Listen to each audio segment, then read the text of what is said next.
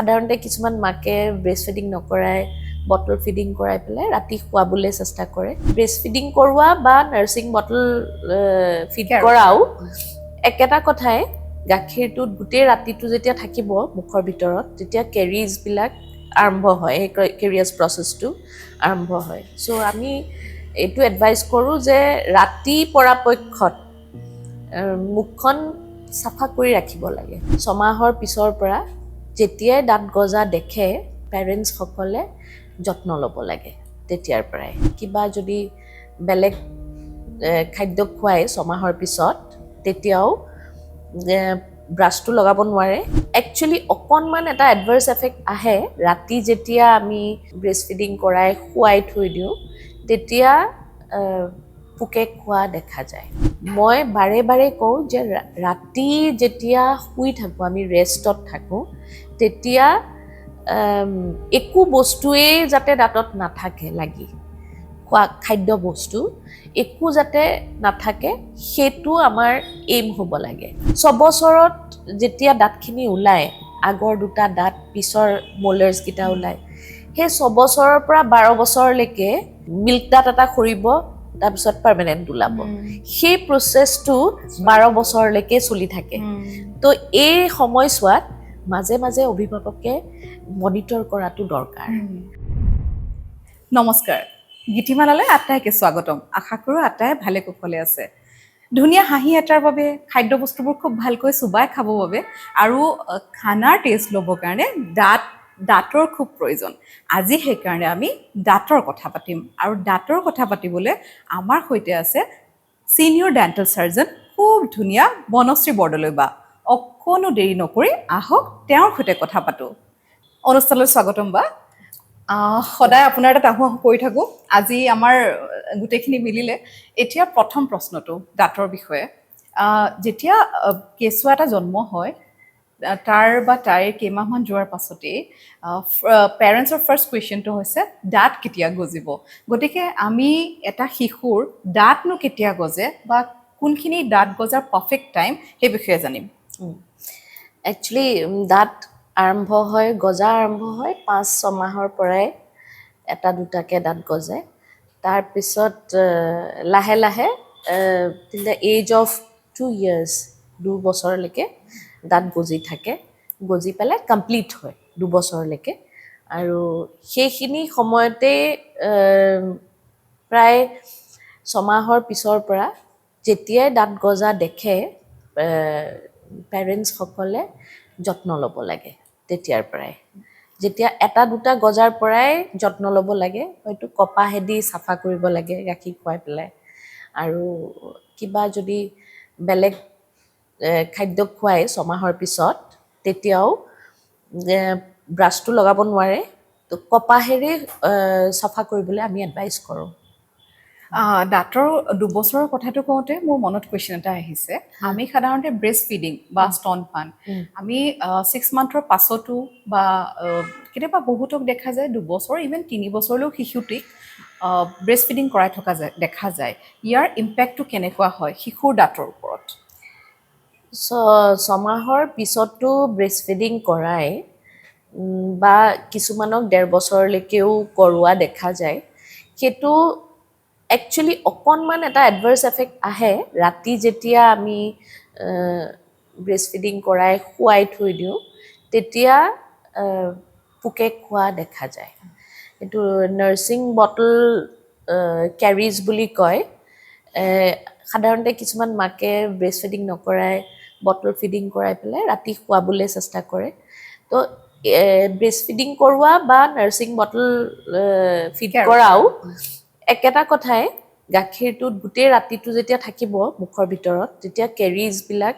আৰম্ভ হয়, সেই কেৰিয়াছ প্ৰচেছটো আৰম্ভ হয়। চ' আমি এইটো এডভাইচ কৰোঁ যে ৰাতি পৰাপক্ষত মুখখন চাফা কৰি ৰাখিব লাগে। অকল মাতৃদুগ্ধ বুলি নহয়, যিখিনি শিশুৱে অকণমান ডাঙৰ হৈ চকলেট খোৱা ষ্টাৰ্ট কৰে, চকলেট দাঁতৰ কাৰণে কিমান ক্ষতিকাৰক বা হাৰ্মফুল? চকলেটটো ক্ষতিকাৰক, কিন্তু গ্ৰ'থৰ কাৰণে চকলেট বেয়া নহয়, কাৰণ শিশুসকলক বহুত পৰিমাণৰ চুগাৰ লাগে। এনাৰ্জি হেৰিৰ কাৰণে জেনেৰেশ্যনৰ কাৰণে তো চকলেট খাবলৈ একচুৱেলি আমি বাধা দিব নোৱাৰোঁ কিন্তু চকলেটটো এটা ষ্টিকি বস্তু দাঁতত যোনবিলাক পিটছ এণ্ড ফিচাৰ্ছ আছে দাঁতৰ ওপৰত আমি চুবোৱাৰ ছাৰ্ফেচটোত তেতিয়া সেই পিটছ এণ্ড ফিচাৰ্ছবিলাকত এই চকলেটটো আঠা লাগি ধৰে সেই আঠা লাগি ধৰাটো আমি ব্ৰাছেৰে চাফা কৰিব লাগে আৰু মই বাৰে বাৰে কওঁ যে ৰাতি যেতিয়া শুই থাকোঁ আমি ৰেষ্টত থাকোঁ তেতিয়া একো বস্তুৱেই যাতে দাঁতত নাথাকে লাগি খোৱা খাদ্য বস্তু একো যাতে নাথাকে সেইটো আমাৰ এইম হ'ব লাগে প্ৰায় 2 বছৰ 1.5 বছৰৰ পিছৰ পৰা ল'ৰা ছোৱালীবিলাকৰ মাইক্ৰ'ফ্ল'ৰাটো চেঞ্জ হৈ যায় বেক্টেৰিয়া যোনটো হেৰি হয় সেইটো চেঞ্জ হৈ যায় চেঞ্জ হৈ গ'লে তেতিয়া কেৰিয়াছ বেক্টেৰিয়া যোনবিলাক হাৰ্মফুল বেক্টেৰিয়া সেইবিলাকৰ জেনেৰেশ্যন হয় আৰু তেতিয়া ক্ষতি কৰিব পাৰে চ' ব্ৰাছ কৰাটো এটা হেবিট কৰি দিব লাগে ৰাতি বিশেষকৈ দুবাৰ ব্ৰাছ কৰাৰ কথা আমি সাধাৰণতে ল'ৰা ছোৱালীবোৰক কওঁৱেই যে দুবাৰ ব্ৰাছ কৰিবই লাগে সেই একেটা কথা আচলতে ডাঙৰখিনিৰ ক্ষেত্ৰতো খাটে আৰু যেতিয়া দাঁত সৰিব ধৰে মানে দাঁত সৰাৰো কিবা শিশুৰ নিৰ্দিষ্ট সময় আছে সময় আছে আমাৰ সাধাৰণতে কি হয় 2 বছৰলৈ গোটেই গাখীৰ দাঁতখিনি ওলাই যায় তাৰপিছত 6 বছৰৰ পৰা আগদাঁত দুটা লৰে আৰু সৰি যায় তলৰ দুটা আগদাঁত আৰু ওপৰ দুটা আগদাঁত সৰে আৰু আমাৰ 6 বছৰত 6 years মোলাৰ বুলি কয় ফাৰ্ষ্ট মোলাৰ সেইটো পাৰ্মানেণ্ট সেইটো প্ৰথম ওলায় মোলাৰটো যিহেতুকে 6 বছৰতে ওলায় আৰু শিশুসকলে ভালকৈ ব্ৰাছিং কৰি চাফা কৰি ৰাখিব নোৱাৰে বা নাজানে সেইটো কাৰণে সেই মোলাৰটো সোনকালে পোকে খোৱা দেখা যায় তো সেইটো অভিভাৱকসকলৰ মানে দায়িত্ব যে প্ৰথম যোনটো ফাৰ্ষ্ট মোলাৰ চব দাঁতেই চাফা কৰিব লাগে কিন্তু ফাৰ্ষ্ট মোলাৰটো কেয়াৰ ল'ব লাগে চ' ডেট পোকে নাখায় আৰু সেই দাঁতটো আমাৰ চবতকৈ ইম্পৰ্টেণ্ট দাঁত তাৰমানে প্ৰথম দাঁত মানে গুৰিত হয় ফাৰ্ষ্ট মোলাৰ 4টা দাঁত বিৰাট দৰকাৰ কাৰণ সেইকেইটাৰ দাঁতৰ বেচিছতে বাকী দাঁতবিলাক গজে আৰু সেই দাঁতটো চবতকৈ ষ্ট্ৰংগেষ্ট দাঁত আৰু শিশুৰ যেতিয়া দাঁত সৰাৰ পিছত দাঁতটো গজাৰো এটা অবভিয়াছলি এটা পিৰিয়ড এটা থাকিব কেতিয়াবা দেখা যায় কোনোবা শিশুৰ এমাহতেই দাঁত গজি আহিছে কাৰোবাৰ আকৌ 2 মাহ 3 মাহ বা 4 মাহো লাগিছে এই ডিলেৰ যিটো ষ্টেজ তেতিয়া পেৰেণ্টছৰ এটা হেডেক হৈ যায় যে আমাৰ ল'ৰাটো বা ছোৱালীজনীৰ দাঁতকেইটা ভালদৰে গজিবনে নাই গজেও যদি আকৌ ছাইডৰ পৰা সৰা দাঁতো আহি আগবাঢ়ি দাঁতবোৰ বেকাবেকি হ'ব নেকি এই বিষয়ে অকণমান কওকচোন গাখীৰ দাঁত গজাৰ নিৰ্দিষ্ট টাইম বুলি নহয় প্ৰত্যেকৰে বেলেগ বেলেগ হয় আৰু যদি বাচ্চাটোৰ এবছৰৰ পিছতো দাঁত গজা নাই তেতিয়া অৱশ্যে ডেণ্টিষ্টৰ ওচৰত যোৱাটো দৰকাৰ তেতিয়া আমি এখন এক্সৰে কৰিবলৈ দিওঁ OPG বুলি কয় তাতে আমি দেখা পাওঁ টুথপাথবিলাক একচুৱেলি আছে নাই কিমান দূৰলৈ আহিছে কিমান ফৰ্মেশ্যন হৈছে সেইখিনি আমি চাব পাৰোঁ কেতিয়াবা এনেকুৱা এটা কণ্ডিশ্যন আছে এন'ডন্সিয়া বুলি কয় এন'ডন্সিয়া মানে কোনো সেইটো কনজেনিটেল এন'মেলি হয় কনজেনিটেলি তেওঁলোকৰ কোনো টুথপাথ নাথাকে তেতিয়া দাঁত নগজে তেনেকুৱা ল'ৰা ছোৱালীৰ দাঁত নগজে পিছত আৰ্টিফিচিয়েল দাঁত লগাই পেলাই ৰেষ্ট'ৰ কৰিব পাৰি সেইটো ইমান এটা ডাঙৰ কথা নহয় কিন্তু হয় এবছৰ পিছতো যদি গাখীৰ দাঁত এটাও গজা নাই তেতিয়াহ'লে ডেণ্টিষ্টৰ ওচৰত গৈ পেলাই পৰামৰ্শ লোৱাটো দৰকাৰ বহুত শিশুৱে ৰাতি দাঁতৰ বিষত কান্দে পুৱা হ'লে বাৰু দৌৰি ডক্টৰৰ তালৈ যাব পাৰে কিন্তু আধা ৰাতি বা মিডনাইটত যেতিয়া কান্দে এটা শিশুৱে তেতিয়া ফাৰ্ষ্ট হোম ৰেমেডিজ মানে ঘৰুৱা কি ধৰণৰ দিহা থাকে যদি ৰাতি কান্দে বাচ্চাটোৱে মুখখন ধৰি ধৰি দাঁত বিষাইছে বুলি কমপ্লেইন কৰে তেতিয়াহ'লে ফাৰ্ষ্ট থিং হৈছে ভালকৈ ব্ৰাছ কৰি পেলাই কুহুমীয়া গৰম পানীত নিমখ দি কুলকুলি কৰোৱাটো তাৰমানে চুগাৰ কণ্টেণ্ট যেতিয়া থাকে তেতিয়া পোকে খোৱা দাঁত এটাৰ ওপৰত যদি চুগাৰ কণ্টেণ্ট যায় তাৰপিছত অলৰেডি এক্সপ'জ হৈ গৈছে দাঁতটো তেতিয়া এই তীব্ৰ বিষ এটা হ'ব পাৰে তেতিয়া সেইটো ৰেমেডিটো এইটোৱে যে চাফা কৰি দিব লাগে যাতে চুগাৰ কণ্টেণ্টটো কমি যায় আৰু অকণমান ৰিলিফ পায় আৰু মোৰ অ'ভাৰ আমি ডাঙৰবিলাকক কওঁ যে ৰাতি হোম ৰেমেডি হৈছে ক্ল'ভ অইল মানে লঙৰ তেল কিন্তু লঙৰ তেলটো বহুত জ্বলা তো সৰু ল'ৰা ছোৱালীক আমি সেইটো এডভাইচ কৰিব নোৱাৰোঁ যিমান পাৰে মাক বাপেকে যদি গৰম পানী কুহুমীয়া গৰম পানীত নিমখ দি পেলাই কুলকুলি কৰিবলৈ কয় সেইটোৱে একচুৱেলি যথেষ্ট অইল পুলিং যিটো আমি সৰু ল'ৰা ছোৱালীৰ ক্ষেত্ৰতো কওঁ ডাঙৰৰ ক্ষেত্ৰতো কওঁ বা মুখৰ ইভেন আজিকালি বহুত ৰিলছো ওলায় তেনেকৈ মুখৰ এক্সাৰচাইজ বা মুখৰ শ্বেপৰ কাৰণে অইল পুলিঙৰ বিষয়ে সৰুৰ পৰা মানে শিশুৰ পৰা ডাঙৰলৈকে কি ধৰণৰ এইটো প্ৰচেছ আৰু কেনেকৈ ইম্পেক্ট কেনেকুৱা প্ৰভাৱ অকণমান কওকচোন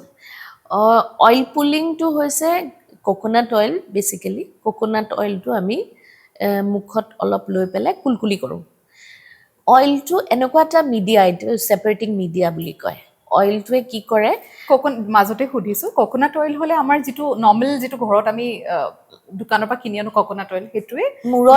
মূৰত লগোৱা কোকোনাট অইলটোতকৈ এটা ভাৰ্জিন কোকোনাট অইল এটা পায় সেইটো ইউজ কৰিব লাগে আৰু ভাৰ্জিন কোকোনাট অইলটো এটা ছেপাৰেটিং মিডিয়া তো আমি যেতিয়া অইল পুলিং কৰোঁ কুলকুলি কৰোঁ তেতিয়া আমাৰ মুখখনত কি হয় অইলৰে এটা বেডশ্বীটৰ নিচিনাকৈ এটা প্ৰলেপ এটা লেয়াৰ এটা বহি যায় তেতিয়া ডাইৰেক্ট কণ্টেক্টত নাহে খোৱা বস্তুৱেই হওক বা যি খোৱা বস্তু যেনিবা থাকিও গ'ল তেতিয়া পোকে খালে যোনটো সেই পোকৰ মানে মাইক্ৰ' অৰ্গেনিজিমৰ পৰা এচিডটো ওলায় সেই এচিডটো ডাইৰেক্ট দাঁতত কণ্টেক্ট নহয় এটা ছেপাৰেটিং মিডিয়া থাকিলে অইলৰ সেই ছাৰ্ফেচটোতে যাব আৰু অইল ছাৰ্ফেচটোৰ পেনিট্ৰেট কৰিবলৈ ইজিলি সহজ নহয় এচিডৰ চ' সেইটো কাৰণে আমাৰ oil pulling is very beneficial বুলি এতিয়া আগৰ পৰা আছিলে কিন্তু এতিয়া খুব বেছি পপুলাৰ হৈ গৈছে আৰু খুব ঘনাই দেখা যায় এই বস্তু শিশুসকলৰ দাঁতৰ ওপৰত বগা স্পট খুব এটা দাগ বগা দাঁতৰ ওপৰতে বগা আৰু কেতিয়াবা দাঁতবোৰ হালধীয়া হয় এইটো কেনেকুৱা ধৰণৰ সমস্যা আৰু ইয়াৰ সমাধান এটা দুটা আছে এটা হৈছে দাঁতৰ ওপৰত যদি বগা অলপমান পৰিছে তেতিয়াহ'লে মটলিং অফ এনামেল বুলি কয় এনামেলৰ অলপমান মটলিং হয় সেইটো ফ্ল'ৰচিছৰ কাৰণে হয় আৰু এটা আছে এনামেল হাইপ'প্লেচিয়া সেইটো এনামেলৰ যেতিয়া এইটো সাধাৰণতে পাৰ্মানেণ্ট ডেণ্টিশ্যনত দেখা যায়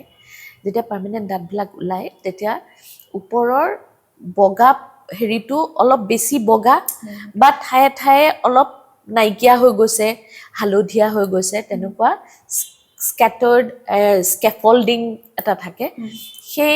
সেইটোৰ একচুৱেলি গঠনতে অলপ ডিফেক্টিভ হয় আৰু সেইটোৰ ৰেমেডি বা ট্ৰিটমেণ্ট তেনেকৈ নাই আমি কেপিং কৰিবলৈ কওঁ বা ফিলিং কৰিবলৈ কওঁ সেইটোৱে ট্ৰিটমেণ্ট হৈ যায়গৈ আচ্ছা আৰু কোৱা হয় মানে এইটো মিথ নে কি নাজানো বুঢ়া আঙুলিও যেতিয়া শিশুসকলে চুহি থাকে খুব বেছি বুঢ়া আঙুলি মুখত ভৰাই থৈ দিয়ে ন চুহি থাকে সেইটো দাঁতৰ শ্বেপৰ কিবা ইম্পেক্ট পৰে নেকি দাঁতৰ শ্বেপটো বেয়া হ'ব পাৰে নেকি হয় বেয়া হ'ব পাৰে আমি এতিয়া যদি পাৰ্মানেণ্ট দাঁত এটা আমি যদি সদায় কনষ্টেণ্টলি আমি লৰাই থাকোঁ সেই দাঁতটো লৰি যাব এতিয়া এভৰি ডে যেতিয়াই মন যায় তেতিয়াই যেতিয়া চুহি থাকে তেতিয়া আমাৰ বনটো ইনফেক্ট আমাৰ মেক্সিলাৰী বনৰ সতে দাঁতে সতে ওলাই আহিব পাৰে প্ৰট্ৰুশ্যন হ'ব পাৰে সেইটো এটা আমাৰ নিজৰে বডিৰ এটা ৰিজেনেৰেটিভ কেপাচিটি আছে য'ত আমি বেছিকৈ প্ৰেছাৰ দি থাকোঁ বনত যদি আমি প্ৰেছাৰ দি থাকোঁ সেই প্ৰেছাৰটোৰ শ্বেপ লৈ লয় ছাপোজ আমি বুঢ়া আঙুলিটো বঢ়াই পেলাই চুহি আছে তেতিয়া আগদাঁতকেইটা ওলাই যায় আৰু প্লাছ বনৰো এটা কণ্ট্ৰল এটা আহি যায় চ' আমি কিছুমানৰ কি হয় আঙুলি নোচোহাকেও অলপমান ওলোৱা যেন দেখা পায় এই ওপৰৰ ওঠৰ এইখিনি সেইখিনি কাৰেক্ট কৰিবলৈও আমি কেতিয়াবা অভিভাৱকক বা অলপ ডাঙৰ হোৱা ল'ৰা ছোৱালীবিলাকক কওঁ যে অকণমান হেঁচি থাকিবাচোন তেতিয়া তললৈ গুচি যায় তেতিয়া ব্ৰেচেছ নিপিন্ধাকে অলপ যেতিয়া মাইনৰ ডিফেক্ট থাকে তেতিয়া আমি সেই হেঁচি থাকিলে সেইটো কাৰেকশ্যন হৈ যায় নিজে নিজে কিন্তু সেইটো প্ৰপাৰলি কৰিব লাগিব জানিব লাগিব আৰু এই যে ওপৰা ওপৰিকে কেতিয়াবা দাঁতবোৰ গজে শিশুসকলৰ ওপৰা ওপৰিকে যেতিয়া মানে মেলক্লুজন বুলি কয় আমাৰ দাঁতৰ প্ৰত্যেকটো দাঁতৰ সৰাৰে এটা সময় আছে সেই সৰাৰ সময়টো যদি পাৰ হৈ যায় আৰু আমি বৰ বেছি গুৰুত্ব নিদিওঁ তেতিয়া গাখীৰ দাঁতটো থাকি যায় পাৰ্মানেণ্ট দাঁতটো ওলাই আহে তেতিয়া যোনখিনি পজিশ্যনত পাৰ্মানেণ্ট দাঁতটো ওলাব লাগিছিলে সেইখিনিত নোলাই পেলাই ভিতৰ বা বাহিৰত ওলায় তেতিয়া ওপৰা ওপৰি হৈ যায়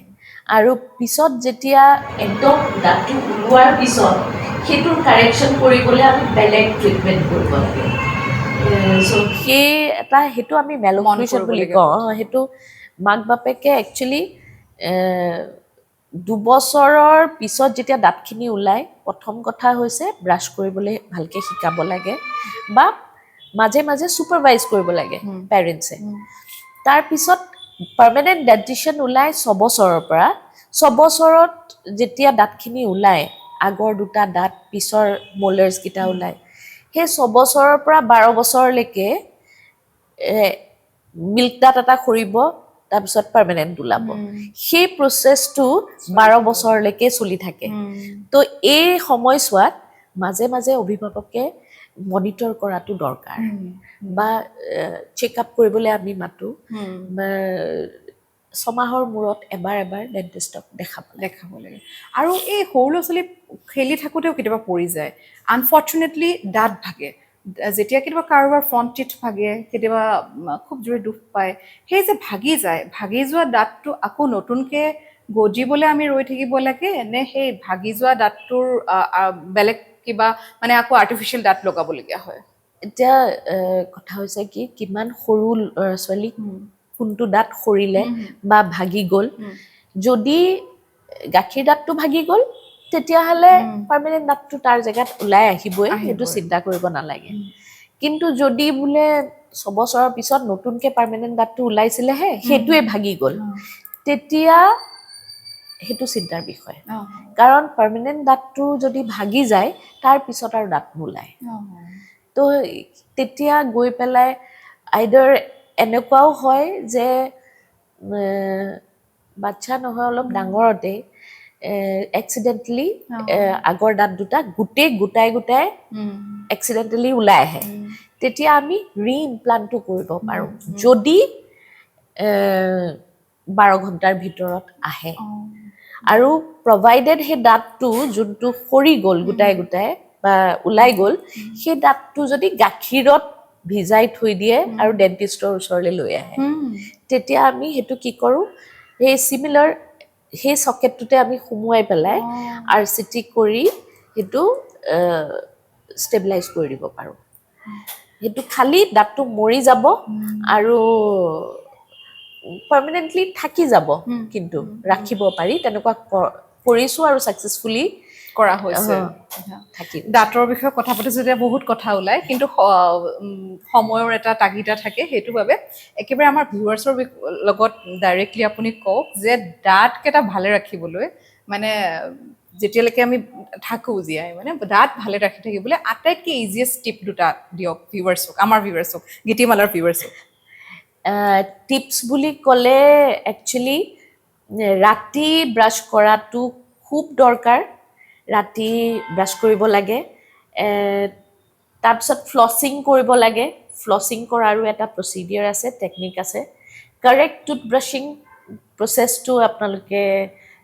শিকি ল'ব লাগে আজিকালি ইউটিউব আছে চবতে পায় আৰু খুব মুখখন কুলকুলি কৰি থাকিব লাগে এভৰি খোৱা যিকোনো বস্তু খাদ্য পদাৰ্থ যেতিয়া খায় কুলকুলি কৰি পেলাই দিয়ক বা খোৱা পানী লৈ পেলাই কুলকুলি কৰিলে অলপ গিলি থৈ দিলে সেই প্ৰচেছটো যদি আপোনালোকে ফ'ল' কৰে তেতিয়াহ'লে দাঁতখিনি বহুত দিনলৈকে আপোনালোকৰ ভালে থাকিব আৰু দাঁত থাকিলে এটা নতুনলি দেখাত ভাল বা হাঁহিটো ভাল